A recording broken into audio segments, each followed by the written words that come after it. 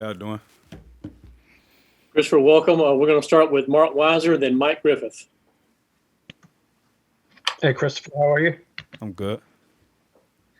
I want to ask you kind of about how it was without Richard out there for you, and I guess you've played in place of him before, so you're used to that. But with Major working with him and then losing Lewis, how are you guys holding up at safety? It was definitely a little bit different. Richard is a leader on our defense. He brings a lot of energy, and so does Lewis. But with guys like Money and the Kobe Dean out there, we really didn't miss a beat. We were able to still have a lot of good communication and things like that. So it was definitely different, but we were able to still pick things up. Christopher, I just want to ask you, difference in the first half and the second half against Florida, it looked like the defense, was there any adjustments that you guys made, or can you just talk about holding Florida without a touchdown in the second half? We just came out and when we went in the locker room, guys got on each other. We made sure that we stayed in the game and we didn't really lose sight of what our goal was, which was to win. Ultimately, we definitely made a lot of adjustments and things like that and start shutting down a lot of the things that were hurting us in the first half. And I think if we would have played in the first half like we did in the second half, game might have been a little bit more different.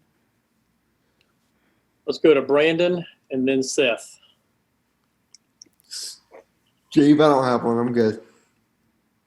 Seth, go ahead, please. Christopher, Kirby talked about man-to-man defense being kind of the pillar of your all's pass defense, and maybe kind of having to re-examine parts of that and how you all approach it off of what's happened this year.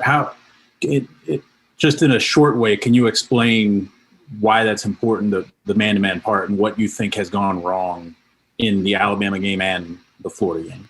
I mean, man-to-man is definitely important because, it's money, mono. You got to be able to stick to your man and keep your eyes on your man. And we've been working on it constantly and tirelessly. I don't really think it's a problem or anything like that. We just got to keep working until we get better. Is it possible that when you're doing man-to-man, like a team motions and switches and it confuses the defense a lot? I wouldn't say necessarily confuses. We have a lot of checks and things like that, and sometimes, we don't get the right call in, but for the most part, we do pretty good. Let's go to Dean and then Chip. Chris, I'm trying to remember. Did Jermaine play with you when you were a senior? Jermaine Burton? Burton?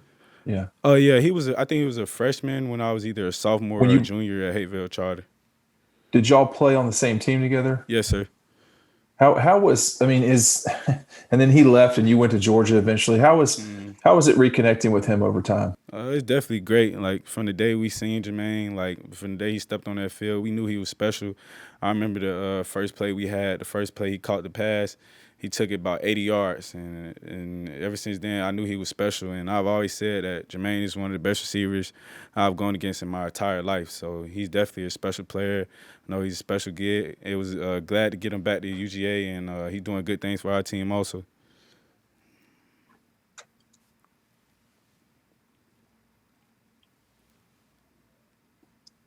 Let's go to Dasher and then Jake.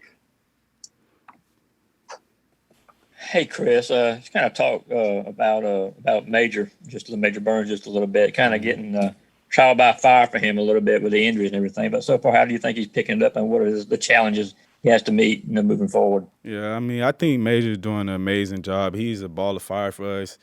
He got no fear, and he wants to learn. He wants to learn just like the rest of us. He has a passion for the game I don't see in too many people, and, he wants to work. Coming in as a freshman, everybody goes through their challenges and things like that. But with time, he'll get better. And with the growing pains and things like that, he'll get better.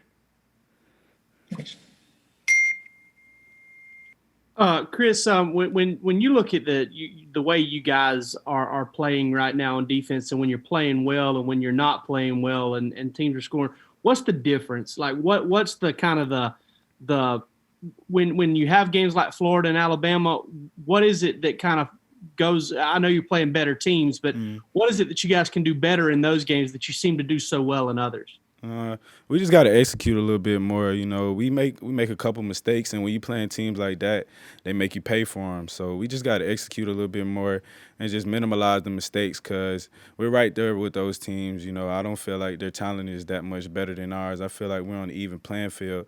But in those games, it comes down to execution. Let's go to Palmer and then Griffin. Yeah, Chris, 2 practices into this week, have you gotten a sense of where kind of the team's head is at coming off of a loss? And kind of along those same lines, what are some goals for the team for the rest of the season?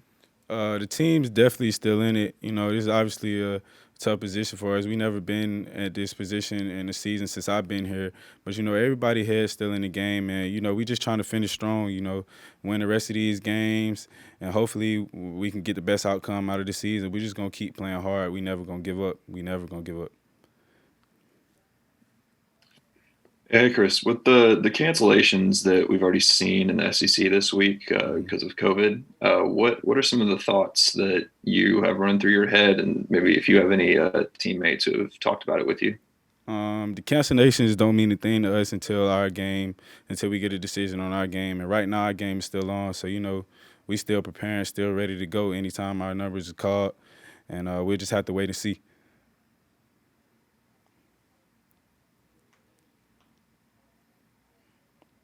Let's go to Blaine and then Connor.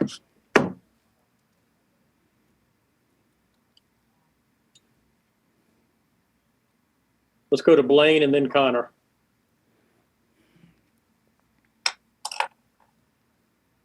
Hey, Chris, did Richard say anything special to you or specifically to you since you were sort of filling in for him last week? And what did you sort of make of your individual performance against Florida?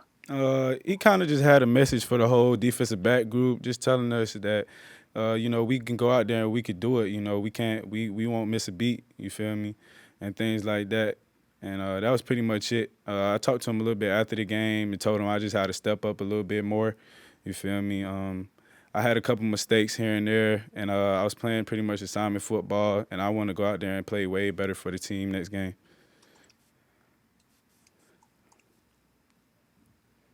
Let's finish up with Justin. Appreciate it. Hey, Christopher, you mentioned, guys speaking up at halftime, and maybe it's happening some more this week when things aren't going great. Who are some of the guys that really step into that vocal leadership role in times like these? I'll say definitely Mark Rebb. He was definitely one of the guys at halftime that was really picking a lot of dudes up. Muncie Rice, Jermaine Johnson, all those guys, they all really, really, really picked the team up during halftime. Christopher, thank you for your time, and we'll